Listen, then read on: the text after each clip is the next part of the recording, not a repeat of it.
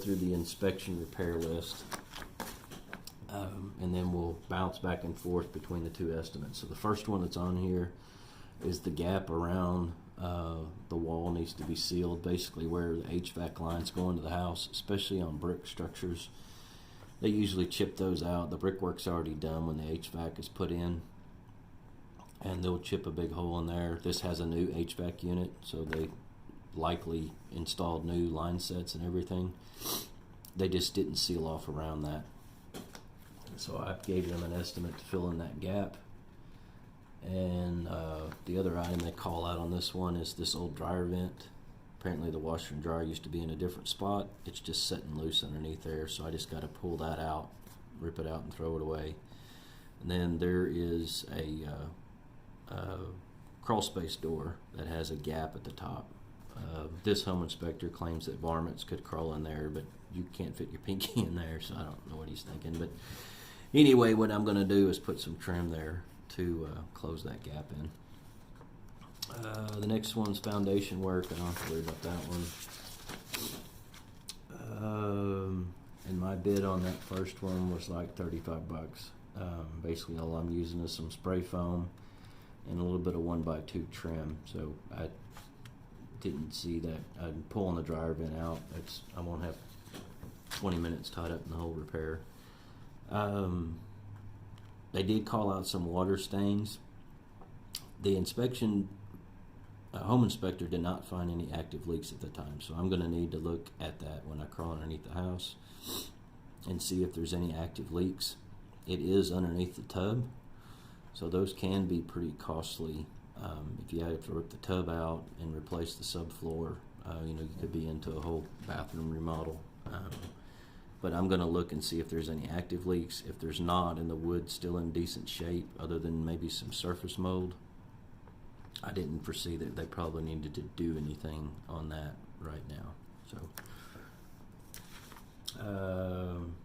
So as long as there's not any active water leaks and the damage is just surface, then I'm not really going to charge them anything for that. So I'm just going to inspect it.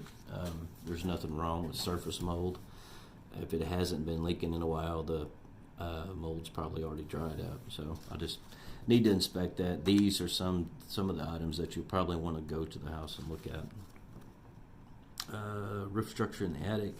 There were some water stains around the exhaust vent for the HVAC unit, or for the water heater. And this one's called out here on a couple times. This one was actually on the buyer's or the seller's list. And I'm just sealing off around the vents and the openings on the roof. The roof is only 3 years old. But there's some spots where they likely reused these vents and didn't replace them when they replaced the roof that need to be sealed off. So that's just some roofing caulk to seal that off.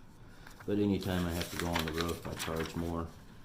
So you can see I charge a little more to do that. I mean, you're not out materials of the whole thing's not going to take 20 minutes. It'll probably take me longer to get the ladder and the caulk gun out of the truck than it will to seal off all the vents. But you need to know what your roof pitch is. And then anytime you get on a ladder, you need to charge a little more because there's always a possibility of falling. Let's see. That's done. Wood siding in the carport. I actually went to this house a couple days ago and looked at some of this stuff. This is actually just needs to be repainted. It's just a white exterior paint. And charged them like $125 to repaint that. It may take me an hour to do it. I've already got the exterior paint that's needed. So eaves and soffits. This has metal eaves, and more than likely this is where the utilities come in. There was probably a cable from the cable company that used to be shoved up through there. I just need to caulk that and fill that in. The likelihood of getting metal eaves to replace that one piece is pretty slim, but what's really called out is just preventing any entry into the attic. Let's see. And that was item 10, which is just sealing that hole. The other one is there is a retaining wall on the side of this house, which is just on the other side of this sidewalk in this picture. And the vent, or the drain pipe for the gutters, is right here. That drain ends up coming down into this area instead of coming on out and flushing down the hillside down the drive. It's coming up underneath this and rotting the wood here.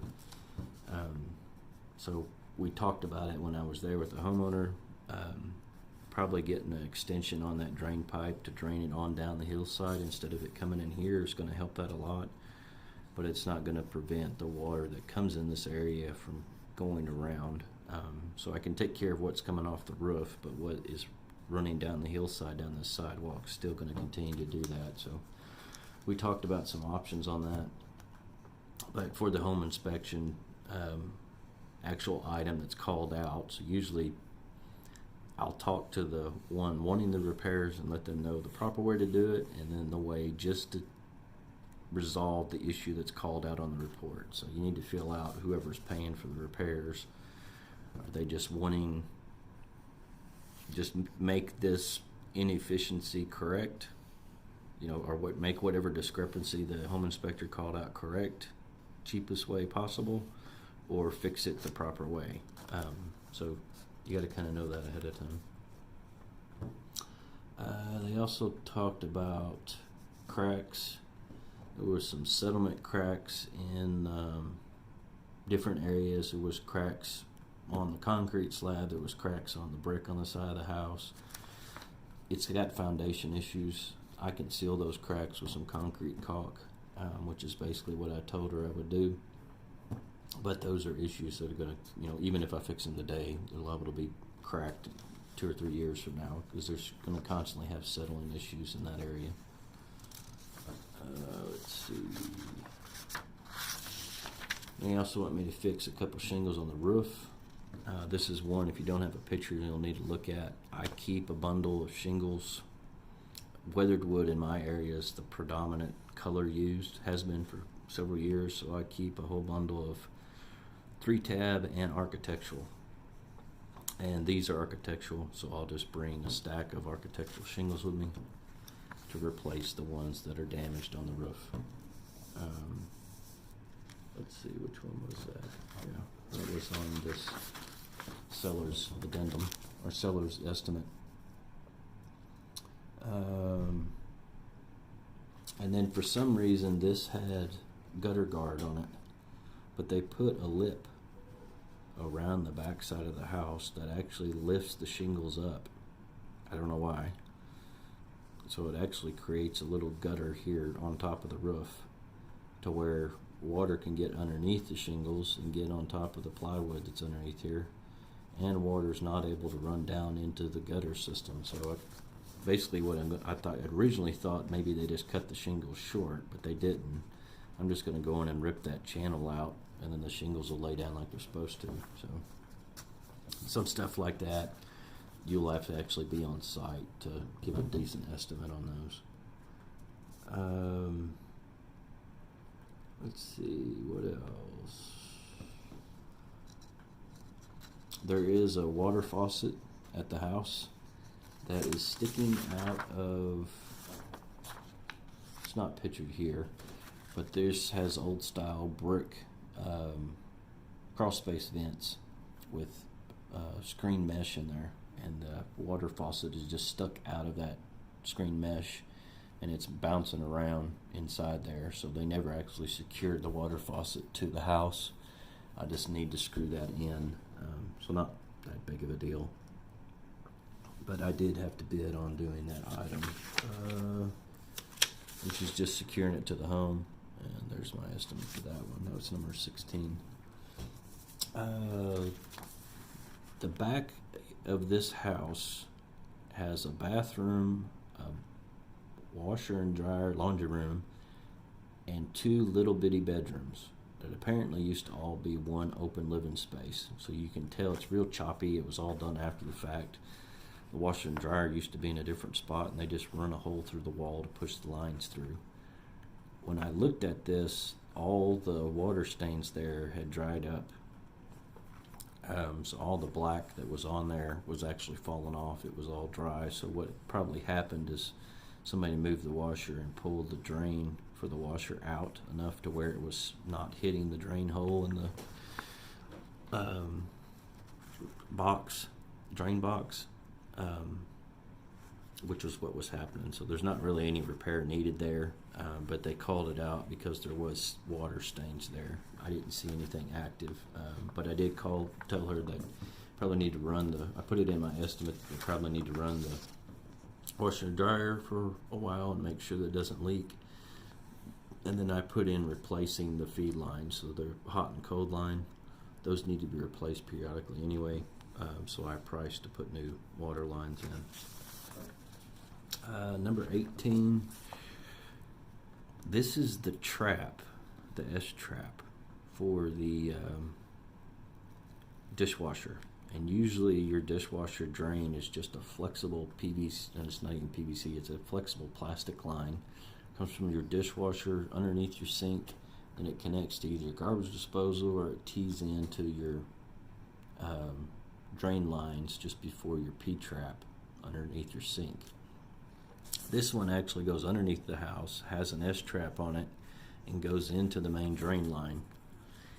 He called it out. I don't know why, because you're supposed to have some kind of line. Even if you have that flexible plastic line underneath your sink, you're supposed to make a kink in that. That way it holds water, kind of like a P-trap does, before it goes into your drain. And you look under a lot of sinks, that won't be kinked or won't be curved to where water stays there. You're basically creating a small P-trap in that plastic flexible line. So they've got an S-trap here. I've not seen it done that way, but that's actually better than what would be done standard. So I mentioned that in the report. Sometimes you will read through these and you'll see stuff that the home inspector calls out that isn't really an issue. That's why they usually asked for, in the repairs, they may not point out that you need to have it done, but they'll say seek a professional's advice on this. They're just calling it out as something that's not usual. Let's see, what else? The next one is the vent pipe. So coming off the hot water heater, this vent goes up through the roof, and it is unattached right here. That's not good. You have gas off, your natural gas exhaust is supposed to flow out this and out of the house, and that's not connected, so it's just blowing into the attic. So I looked at it when I was there. You can't push these and make them connect. The next item on here is that this vent is actually not high enough over the peak of the house to prevent proper drafting.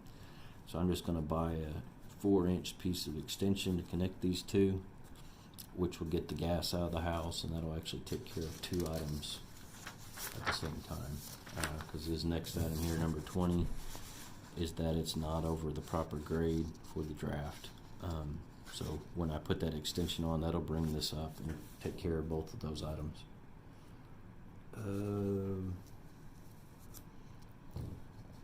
The next one are usually inside your hot water closet. There is if you have gas, there's usually 2 4 or 5 inch vents that come down into that closet. You'll probably look up there and see 2 pipes sticking down that aren't connected to anything. Those are to help drain all the exhaust fumes and gas fumes that could get in that closet. Even if you had a gas leak, those help drag those out of the closet, which is usually in a living area, into the attic and out of the house. This one I don't believe has those vents in there, so all I'll need to make that correct, those usually don't vent out of the house, they just vent into the attic, because it's more of a safety issue. But they also call it out on here when they do the home inspection, at least in my area. It's usually done by the specs of when the house was built. Unless it's a health hazard, then they'll notify, they'll call that out specifically. So I've got to correct that.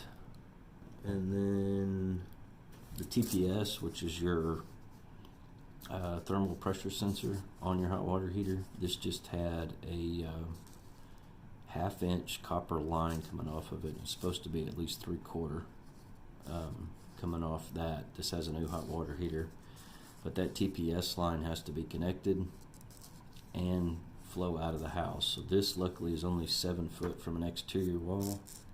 I just need to take a 3/4 inch line, run it down and out. The TPS line needs to be temperature sensitive, because the water, if that does blow, could have 100, close to 200 degree water coming out of that, depending on what your hot water heater's set to.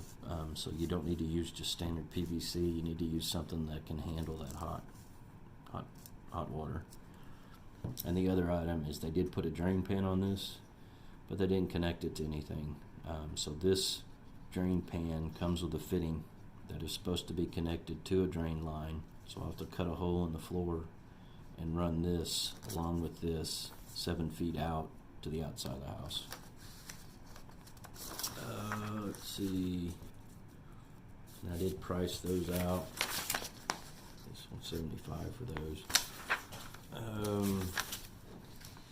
Let's see what's next. They did want me to, there's electrical line, I think it's probably the signal wire from the thermostat coming out to the HVAC unit that's not in any protective conduit going through the wall. They want that routed through conduit. They've already got an electrician coming out to do a bunch of stuff. I just recommend that they get an electrician to run that through conduit when they do those other repairs. So they called that out for me, but I just told them to get the electrician to do it when they're out doing the other repairs. Let's see. 20s, 37. Most of these are electrical. Next one is just got some of these older houses. This was built in the probably 40s or 50s. Has a ceiling fan, a small one in the kitchen. It's bouncing all over the place, but you can stick your pinky in between the ceiling and the ceiling fan adapter that goes up to the ceiling. So that should be tight all the way to the ceiling, which is why the ceiling fan's wobbling. So I'm just going to go in and tighten that to the ceiling. Let's see. This next one, they just couldn't get the light fixtures to work in the master bedroom. So I'm going to bring a bunch of bulbs and replace light bulbs. And I did call out on here, you need to cover your butt on these. Point out that you're going to replace what you think the problem is, and a statement saying that it could be more issues, especially on water leak issues. Always make your estimate high on water damage repairs, and put a note in there that it could be higher based off what you find when you tear into it. So I've learned that the hard way. Make sure you cover yourself. They had a water spot around the chimney, just up on the brick of the fireplace. Basically, I just pointed out that we need to verify it's still leaking. So when I'm crawling around in the attic connecting the water heater vent, I'll look at that and make sure that that's still not a problem. So it's not anything I probably need to repair now. The inspector didn't see anything, and we've had a pretty wet spring. And we're going to have rain this evening when I go over there, so I'll look at it again and make sure it's not actively leaking. Next one is sealing a hole. They ran the line set for the new HVAC unit down through a closet and underneath the house. HVAC unit is in the ceiling. I haven't seen them run all this through the house, but this being an older house and the new unit, you never know what you're going to run into, so I just need to seal off around that. I'll probably use some expandifoam and caulk to seal that off. Countertop in the guest bathroom, they had bought a countertop that does not fit the vanity that's underneath it, and it's just sitting on there wobbling around. So I'm going to take some liquid nails and caulk that to the vanity. It's smaller than the vanity underneath it, but not enough that it's going to probably cause any issues. So I'm going to go ahead and seal that to one another. Next one is just insulation in the crawl space. I despise putting insulation underneath houses, and this is why. The older they get, those just become a rat's nest. Rats just love to nest up in those, and I don't have any insulation underneath my house or any vents when I built it, and I have had no problems. It's actually it's almost the same temperature under the house as it is in the house. We don't have any cold drafts coming up off the floor, so basically what I'm going to do to fix that's kind of a off in the weeds, but what I'm going to do to fix this is they've got some rods that you use to push this insulation back up in here, and I've got a whole box of them. I'm just going to bring them and push the insulation back up in the rafters. And there wasn't a whole lot, just a little bit. I also want me to fix the ventilation vents. These are the concrete crawl space vents that I was talking about. Basically, they just have hardy wire mesh back here. And over the years, people get cable TV or whatever, and usually those guys will just poke a hole in that vent and run the wire in. Also, varmints can get in there, so I just need to bring some metal screen with me and repatch these areas. Let's see. This does have an attic vent. This lady does not plan on using it, the new homeowner, so all she wants me to do is put some insulation over the top of it. So I bid on just putting insulation over the top of that fan because she's not going to use it. And the last item on the list is replacing this old dryer vent. Usually after about 6 years, these get to where, maybe say 10 for sure, these plastic dryer vent caps end up getting corroded and all nasty. Usually they're all corroded with lint because nobody cleans them. They just want me to replace that, so I bid on replacing that. Only other item I need to point out is when you do these estimates, make sure that you bid each item as if they're going to go through and pick and choose which ones they want you to do. So usually what I'll do is I'll bid every item as if that may be the only item I get on the entire bid. And then tell them in the bottom of the bid that if they take the entire bid as a whole, I'll deduct X amount. So this one I told them I'd take off $175 if they gave me all the work on the entire thing. So between, even though I'm getting 2 different checks, I am getting everything I bid on. So hope that helps. Let me know if you got any questions.